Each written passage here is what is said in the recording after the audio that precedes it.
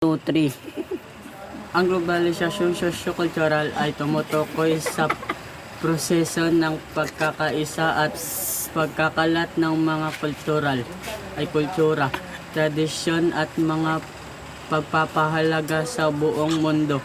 Ito ang bunga ng globalisasyon kung saan ang mga tao, produkto at ideya ay naglalakbay sa iba't ibang bahagi ng mundo. Ang globalisasyong sosyo-kultural ay nagbibigay daan sa pagkakaisa ng mga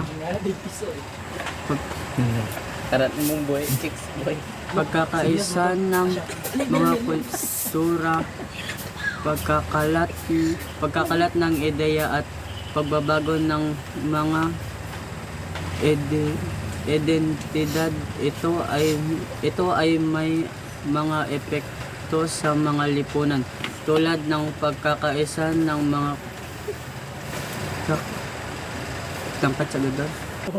pagkakalat ng mga ideya at pagbabago ng mga identidad.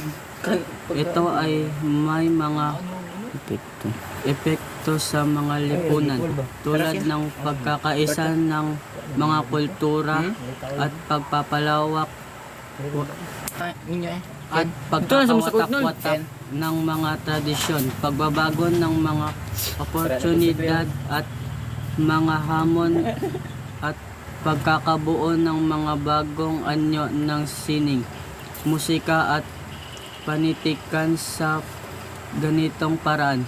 Ang globalisasyong sosyo, pagbabago at impluwensya sa mga kultura, tradisyon at mga pagpapahalaga ng mga lipunan. Kanyang negatibo at positibong epekto. Paragraph. Globalisasyong sosyo-kultural ay may mga positibo at negatibong epekto sa mga lipunan. Sa positibong bahagi, ito ay nagbibigay daan sa pagkakaisa ng mga pagpapalawak ng mga perspektiba at pagkakabuo ng mga bagong anyo ng sining at kultura. Gayunpaman, sa negatibong bahagi, ito ay maaaring magdulot ng pagkakawatak-watak ng mga tradisyon, pagkawala ng identidad at pagkakalat ng mga kulturang dayuhan na maaaring makapinsala sa mga lokal na kultura. Sa ganitong paraan, ang globalisasyong sosyo-kultural ay isang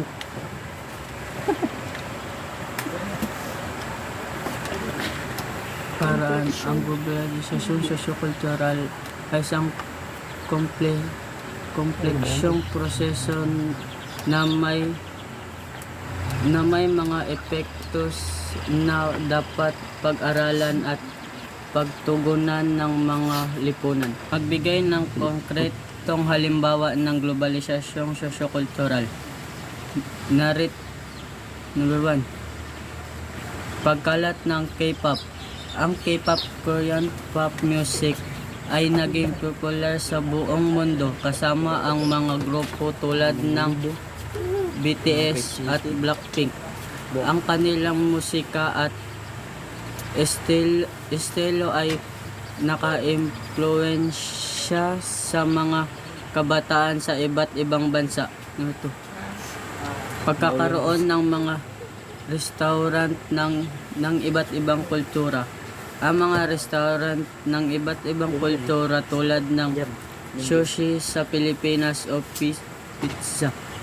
pizza sa Japan ay nagpapakita ng pagkakaisa ng mga kultura sa pagkain.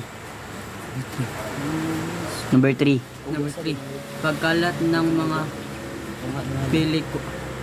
pelikulang Hollywood. Ang mga pelikulang Hollywood ay nakikita sa mga sinihan sa buong mundo at ang mga aktor at aktres ng Hollywood ay nakikilala sa iba't ibang bansa. Number 4, pagkakaroon ng mga fashion trend mula sa iba't ibang bansa. Ang mga fashion trend mula sa iba't ibang bansa tulad ng mga damit at accessories ay naka-impluwensya sa mga tao sa iba't ibang bahagi ng mundo. Number 5, pagkakaroon ng mga social media platform. Ang mga social media platform tulad ng Facebook, Instagram at Twitter ay nagbibigay daan sa mga tao sa iba't ibang bahagi ng mundo na makipag-ugnayan at makipagbahagi ng mga ideya at kultura. Katsa.